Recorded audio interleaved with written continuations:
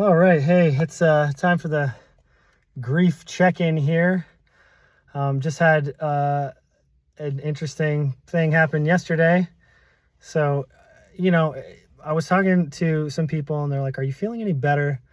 And I said, "Better is not the correct word to use in this situation." For those of you who don't know, my son died.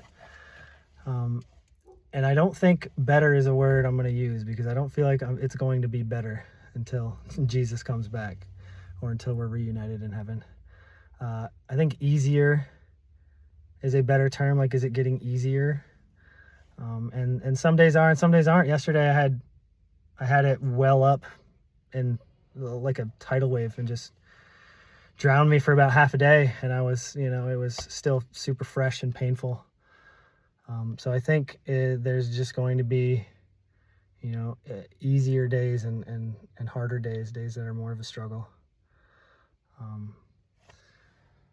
And then the other thing is thank God I have three beautiful daughters. And I am so grateful that I have them and that I can hug them and squeeze them, which has been wonderful. But my middle daughter has been struggling almost every night. She's in tears saying, "I miss my brother." And that's not something I was expecting.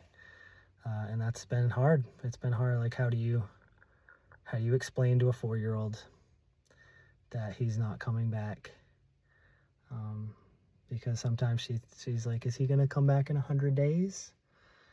And I'm like, "No, honey, he's not going to come back in 100 days. So that's another part of this struggle. And I'm just putting this out there for anybody else who's struggling, and also it's kind of a self-therapy thing.